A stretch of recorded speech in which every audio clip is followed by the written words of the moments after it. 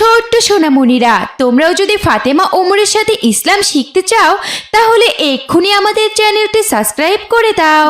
একটা ছোট্ট গ্রাম, নাম তার ইসলামপুর। সেই গ্রামে থাকতো 10 বছর বয়সী এক মায়াবী মেয়ে ফাতেমা। তার চোখে মুখে ছিল শুধু জান্নাতের স্বপ্ন, আর হৃদয়ে ছিল হাজারটা প্রশ্ন।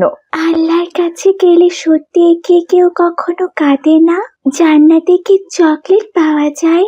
জান্নাতে যারা থাকে তারাও কি ঘুমায়? জান্নাতে কিও নামাজ আদায় করতে হয়, কোরআন পড়তে হয়?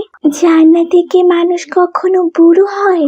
সেখানেও কি মানুষের অসুখ হয়? এসব নানা প্রশ্ন সে নিজেই নিজেকে জিজ্ঞেস করত আর উত্তর খুঁজে বেড়াতো।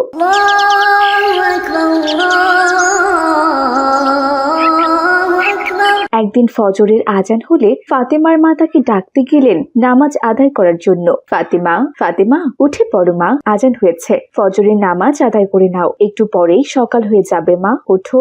আম্মু, আমি তো সে কখন উঠে নামাজ আদায় করে ফেলেছি, আর তুমি কি না আমায় এতক্ষণে ডাকতে এসেছো? তাই নাকি মা, আমি বুঝতে পারিনি। আচ্ছা ফাতেমা, ইদানিং তো তোমাকে দেখছি ফজরের নামাজের জন্য আর ডাকতেই হচ্ছে না, তুমি দেখছি ডাকার আগে ঘুম থেকে উঠে নামাজ পড়ছো, ব্যাপারটা কি বলো তো? আসলে আম্মু, আমার দরকার জান্নাত, আমি জান্নাতে যেতে চাই আম্মু। আচ্ছা আম্মু, আমার কি আল্লাহর ইবাদত করা কম হয়ে যাচ্ছে? আমাকে কি আরো আল্লাহ তাআলার ইবাদত বাড়িয়ে দিতে হবে? আমার কেবলই মনে হয় এটা খুবই সামান্য ইবাদত যা আমি করি। এই ইবাদতে কি আমি জান্নাতে যেতে পারবো? কিন্তু আমাকে যে জান্নাতে যেতেই হবে আম্মু। মাশাআল্লাহ, তুমি তো এখন অনেক পরিশ্রম করছো মা, আল্লাহকে খুশি করতে অনেক ইবাদত করছো। তবে আল্লাহর ইবাদতের তো শেষ নেই বলো। তিনি শুধু তোমার নিয়ত দেখেন এবং তুমি তাকে যত খুশি করবে তিনি তোমাকে তত বড় জান্নাত দান করবেন। তাই নাকি আম্মু? আচ্ছা আম্মু, জান্নাতের মধ্যেও কি ছোট বড় আছে? আচ্ছা, কোন জান্নাত সবচেয়ে বড় আম্মু? ফাতেমা, সবচেয়ে বড় জান্নাত হচ্ছে জান্নাতুল ফেরদৌস। এটা সবচেয়ে সুন্দর এবং বড় জান্নাত, এতে আল্লাহর দেয়া সবচেয়ে বেশি নিয়ামত আছে। তাহলে তো আমাকে জান্নাতুল ফেরদৌস পেতেই হবে আম্মু। এখন তাহলে আমাকে জান্নাত পেতে কি কি করতে হবে আম্মু? আমাকে একটু বলে দাও তো। আচ্ছা মা, ঠিক আছে, মনোযোগ দিয়ে শোনো। যদি তুমি জান্নাতুল ফেরদৌস পেতে চাও তাহলে এই কাজগুলো তোমাকে অবশ্যই করতে হবে। যেমন 5 ওয়াক্ত নামাজ পড়তে হবে, মা বাবার আদেশ মানতে হবে, কাউকে কষ্ট দেওয়া যাবে না, গরিবদের সাহায্য করতে হবে, মিথ্যা, চুরি ও গালিগালাজ থেকে দূরে থাকতে হবে, রোজা রাখবে, নিয়মিত কোরআন পড়বে আর অন্যকে ক্ষমা করে দিতে শিখবে। বুঝেছো? শোনো মা, যে এই কাজগুলো নিয়মিত করবে সে সুনিশ্চিত জান্নাতের যাত্রী হবে।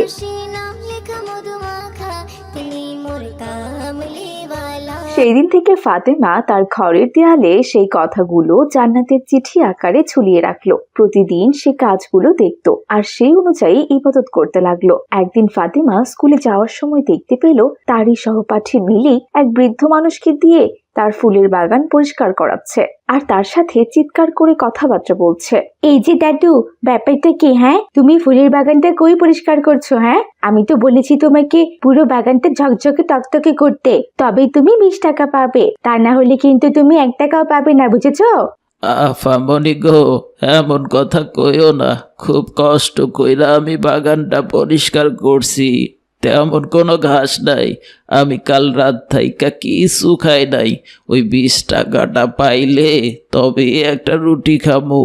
তোমার সাথে যেটা কথা হয়েছে সেটা তুমি ঠিক মতো পালন না করলে কোনো টাকা পাবে না। মিলি, তুমি ওর বৃদ্ধ মানুষটিকে কষ্ট দিচ্ছ কেন?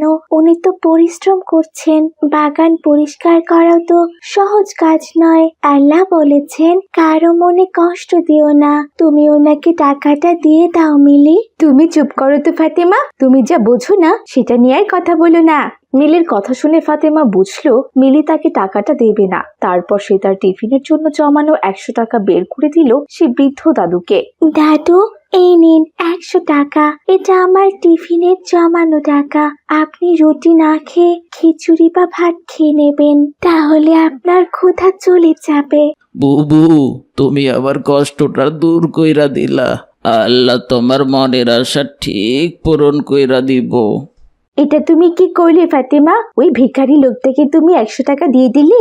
সবকিছুই না ওই লোকটার ঢং ছিল, মোটেও সে অতটা ক্ষুধার্ত নয়। মিলি, কারো সম্পর্কে না জেনে এমন কথা বলা উচিত নয়। সমস্যা নেই, টাকা তো আমি দিয়েছি, এ নিয়ে তোমায় আর কথা বলতে হবে না। এখন চলো তাড়াতাড়ি স্কুলে যাই, স্কুলের সময় যে চলে যাচ্ছে। এরপর ফাতেমা মিলি স্কুলে চলে যায়। আর স্কুলে টিফিন টাইমে মাইসা তার বাবার পাঠানো দামি কলমটা বেঞ্চে রেখে চলে যায়। তখন ক্লাসে কেউ ছিল না, শুধুমাত্র মিলি ছিল। হঠাৎই মিলির চোখ পড়ে যায় সেই কলমের উপর। আহা, কি সুন্দর একটা কলম! এখন তো কেউ নেই, আমি কলমটা ব্যাগে রাখি, তাহলে কেউ বুঝবে না। এরপর সে কলমটা চুরি করে ব্যাগে রাখে। তখন ফাতেমা সেটা দেখে ফেলে। কিছুক্ষণ পর মাইসা এসে দেখে তার কলম নেই।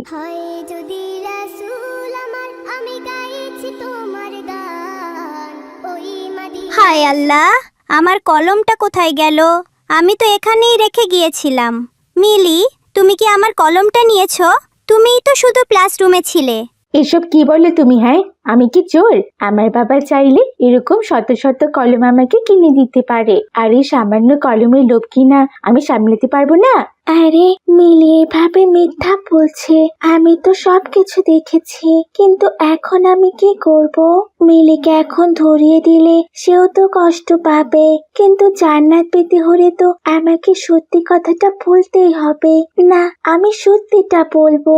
এরপর ফাতেমা গিয়ে মিলির ব্যাগ থেকে কলমটা বের করে মাইসার হাতে দিয়ে বলল, মাইসা, তোমার কলমটা মিলি নিয়েছিল, তবে তুমি কিছু মনে করো না, ওর কলমটা ভালো লেগেছিল তাই নিয়েছিল, এটা চুরি নয়, তার শুধু কলমটা ভালো লেগেছিল। তবে আমরা তো মানুষ, আমাদের তো ভুল হতেই পারে, বলো। এরপর তো সবাই হতবাক, মিলির মুখে আর কোনো কথাই নেই। শোনো বন্ধুরা, আমার জান্নাত পেতে হবে, তাই আমি মিথ্যা কথা বলা, চুরি করা এবং কাউকে কষ্ট দেওয়া এইসব থেকে নিজেকে বাঁচিয়ে চলি। আমার আম্মু বলেছে 7টি কাজ করলে আমি জান্নাতে নিশ্চিত যেতে পারবো। তোমরাও চলো, আজ থেকে আমরা সবাই মিলে সেই 7টি কাজ করে জান্নাতের পথ হাসিল করব।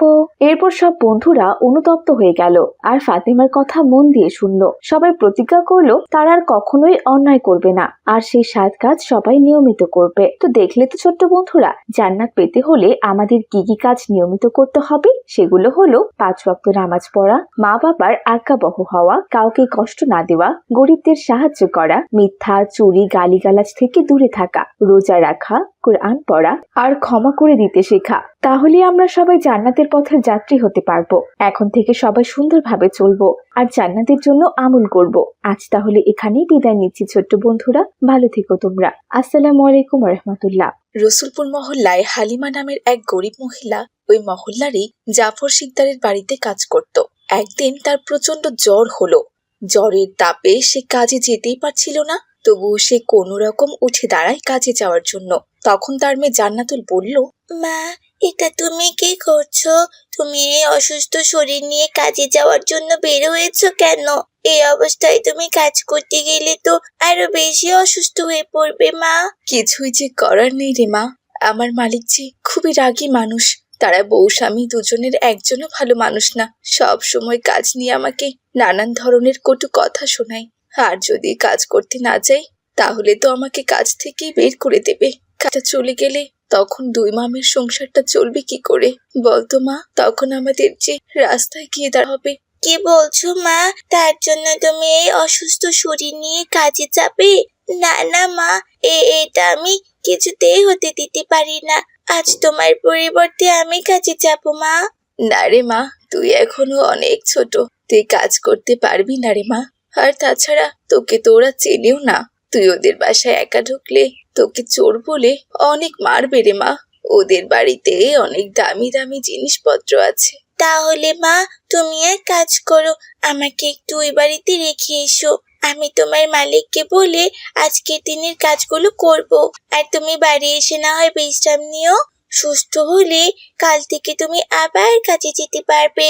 এভাবে জান্নাতুল অনেক বোঝানোর পরে তার মা রাজি হয় আর জান্নাতুলকে নিয়ে চলে যায় তার মালিকের বাড়িতে।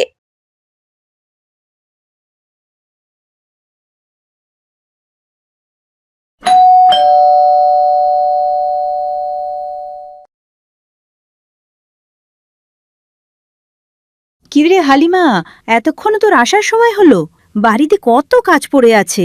বাড়িতে এত সব কাজ কখন করবি? হ্যাঁ, দয়া করে চাচি, আমার মাকে আপনি বকবেন না। আমার মা খুব অসুস্থ, আজকে সে কাজ করতে পারবে না চাচি। কিরে হালিমা, এই মেয়েটা আবার কে? তোর হয়ে ওকালতি করছে? এই মেয়ে হালিমা কাজ করবে না তো কে করবে শুনি? তুই করবি? কোনো কাজ আমরা হাত দিয়ে একদমই ধরি না, সব কাজ আমাদের কাজের লোক করে। ওকে যখন কাজে রেখেছিলাম তখনই আমি বলে দিয়েছিলাম একদিনও কিন্তু কাজে ফাঁকি দেওয়া যাবে না। চাচি, আজকের কাজ আমি করব। আমার মায়ের বিশ্রাম দরকার। মা না হয় বাড়িতে চলে যাক, আমি বাড়ির সমস্ত কাজ করব চাচি। চাচি? কিসের চাচি? এরকম ক্ষেত মার্কা নাম ধরেই আমাকে আর ডাকবি না, আমাকে আন্টি বলবি। ঠিক আছে আন্টি, আপনাকে আন্টি বলবো। আমি সব কাজ জানি, আমাদের বাড়িতে সমস্ত কাজ আমি নিজেই করি। হ্যাঁ মালকিন, এটা আমার জান্নাতুল। ও ভীষণ কাজের একজন মেয়ে। আমার বাড়ির সমস্ত কাজ তো ওই করে। আমি তো এসে আপনাদের বাসার কাজ করি। ও পারবে আপনাদের বাড়ির সমস্ত কাজ করতে। আমার শরীরটা বেশি ভালো না, এই অবস্থায় কাজ করলে আরো বেশি অসুস্থ হয়ে যাব। আচ্ছা ঠিক আছে, তোর বদলে যেহেতু তোর মেয়ে কাজ করবে এজন্য তুই মাফ পেয়ে গেলি। তবে কাজ ভালো হওয়া চাই, না হলে কিন্তু খবর আছে। হ্যাঁ মালকিন, আপনি চিন্তা করবেন না, জান্নাতুল সমস্ত কাজ করতে পারবে। ঠিক আছে ঠিক আছে, তুই তাহলে যা। আর এই মেয়ে, তুই গিয়ে কাজে লেগে পড়ো। প্রথমে যা আমার মেয়ে মিলির জুতাগুলো ভালো করে পরিষ্কার করো, ও একটু পরে স্কুলে চলে যাবে। এরপর জান্নাতুল মিলির জুতা পরিষ্কার করতে চলে গেল, আর হালিমা আস্তে আস্তে হেঁটে হেঁটে বাড়িতে চলে গেল। এদিকে জান্নাতুল মিলির জুতা পরিষ্কার করে থালা বাসন ধুতে চলে গেছে, আর ওদিকে মিলি চিৎকার করে উঠছে, আম্মু বাঁচাও বাঁচাও, আমাকে তুমি বাঁচাও, ও বাবা গো, ও মা গো।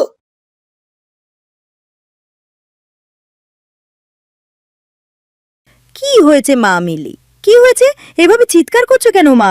জুতার ভিতর থেকে তেলাপোকা বেরিয়েছে আম্মু। আজকে কেউ আমার জুতা পরিষ্কার করেনি। আমি তো জান্নাতুলকে তোমার জুতা পরিষ্কার করতে পাঠিয়েছিলাম মা। হারামজাদিটা গেল কোথায়? জান্নাতুল, এই জান্নাতুল, জলদি এদিকে আয়। কি হয়েছে আন্টি, আপনি কি আমাকে ডেকেছেন? হ্যাঁ হ্যাঁ হ্যাঁ, তোকেই ডেকেছি। এটা তুই কি করেছিস? তোকে না বললাম মিলি জুতা পরিষ্কার করতে? আমি তো জুতা পরিষ্কার করেছি আন্টি। মিথ্যা বলার জায়গা পাস না। যদি পরিষ্কার করে থাকিস তাহলে এই তেলাপোকাটা কোথা থেকে এলো? তেলাপোকা দেখে তো আমার মেয়ে ভীষণ ভয় পেয়ে গেছে। এখন তোকে কি করা উচিত বলো? কি করা উচিত মানে আম্মু? ওকে তো এখন জোরে করে গালে একটা চড় মারা উচিত। তুমি আমাকে মারলে মিলি, আমার এখানে কোনো দোষ ছিল না। আমি সত্যি খুব ভালো করে জুতাটা পরিষ্কার করেছিলাম, কিন্তু আমি জানি না কি করে তেলাপোকাটা জুতার মধ্যে গেল। হয়তো বা আমি যাওয়ার পরে তেলাপোকাটা জুতার ভেতরে ঢুকেছে। হারামজাদি, তোকে তো মারা কম হয়ে গেছে। তেলাপোকা জুতার ভিতর পরেই ঢুকুক বা আগেই ঢুকুক, তেলাপোকা আমার বাসায় থাকলো কেন বলতো? সেটা তুই পরিষ্কার করতে পারলি না?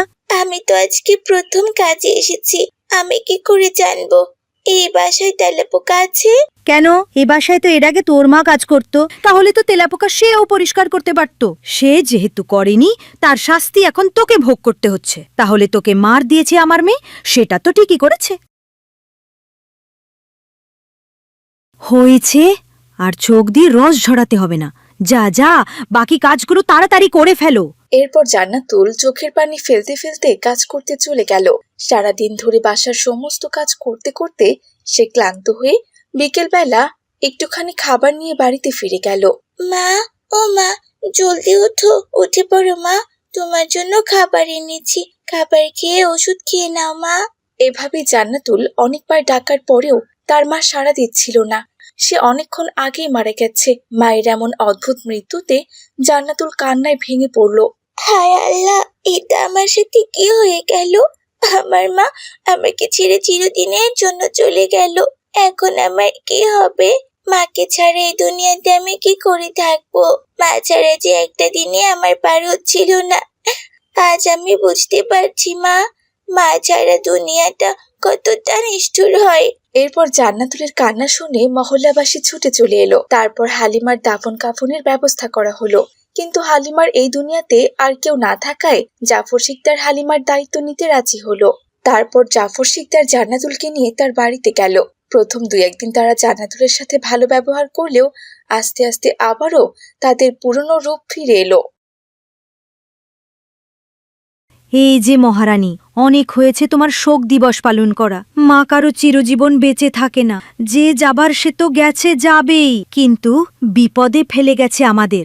এখন তো আমরা কাজের মানুষও পাচ্ছি না। শোন, তুই আমাদের বাড়িতে থাকবি, খাবি, আর এখন থেকে বাড়ির যা কাজ আছে তোকেই করতে হবে। তা না হলে আমরা তোর জন্যই বাসা ধর্মশালা খুলে বসিনি যে মানুষকে ফ্রিতে খাওয়াবো। আচ্ছা ঠিক আছে আন্টি, চিন্তা করবেন না, আমি অবশ্যই বাড়ির সমস্ত কাজ করার চেষ্টা করব। চেষ্টা না, সকল কাজ তোকেই করতে হবে। ও সব চেষ্টা টেস্টার দোহাই দিলে চলবে না। যাই হোক, এখনই গিয়ে কাজে লেগে পড়। এভাবেই দক্ষিণী জান্নাতুলকে তার মায়ের জায়গাটা নিতে হলো। তার মায়ের কত ইচ্ছা ছিল ওকে পড়াশোনা করাবে, মানুষের বাড়িতে কাজ করে সে টাকাই জোগাড় করত, কিন্তু ভাগ্যের কারণে আজ সে হয়ে গেল কাজের মেয়ে। এভাবে বেশ কিছুদিন কেটে গেল। জান্নাতুলের উপর দিন দিন অত্যাচার বেড়েই চলছিল। একদিন, আম্মু, ও আম্মু, কোথায় তুমি? দেখে যাও, তোমার কাজের মেয়ে আমার স্কুল ড্রেসের অবস্থা কি করেছে। এই ড্রেস পরে কি আমি স্কুলে যাব নাকি? কি হয়েছে মিলি, চিৎকার করছো কেন? এই দেখো আম্মু, চিৎকার করছি কি আর সাদে, আমার স্কুল ড্রেস একদম মাটি দিয়ে নষ্ট করে ফেলেছে। জান্নাতুল, কোথায় তুই? এদিকে হাই। কি হয়েছে আন্টি, আপনি আমাকে ডেকেছেন? হ্যাঁ, তোকেই ডেকেছি। মিলির স্কুল ড্রেসের এই অবস্থা কি করে হলো? আন্টি, আমি তো মিলির স্কুল ড্রেস ছাদে নেড়ে দিয়েছিলাম, কিন্তু জোরে বাতাস থাকার কারণে হয়তো পড়ে গেছে, আমি খেয়াল করিনি। আচ্ছা ঠিক আছে, কোনো সমস্যা নেই, আমি আবার ধুয়ে দিচ্ছি। আবার ধুয়ে দিবি মানে? এখন স্কুল ড্রেস ধুয়ে দিলে আমি স্কুলে যাব কি করে? এ কথা বলে মিলি আবারও জান্নাতুলের গালে চড় বসিয়ে দিল। আর হ্যাঁ, একটা কথা কান খুলে শুনে রাখ, আমাকে আর মিলি বলবি না। তুই কি আমার বান্ধবী যে আমাকে মিলি বলছিস? আজ থেকে তুই আমাকে আপামনি বলবি। এরপর জান্নাতুল কাঁদতে কাঁদতে চলে গেল। এভাবে জান্নাতুল দিনের পর দিন শিকদার বাড়িতে অপমান হচ্ছিল। একদিন মিলি তার স্কুলের বন্ধু বান্ধবীদের দাওয়াত করলো। সেখানে ফাতেমা ওমরও আসলো। জান্নাতুল, এই জান্নাতুল, জলদি এদিকে আয়। কি হয়েছে আপামনি, আপনি আমাকে ডেকেছেন? হ্যাঁ, আমি তোকে ডেকেছি।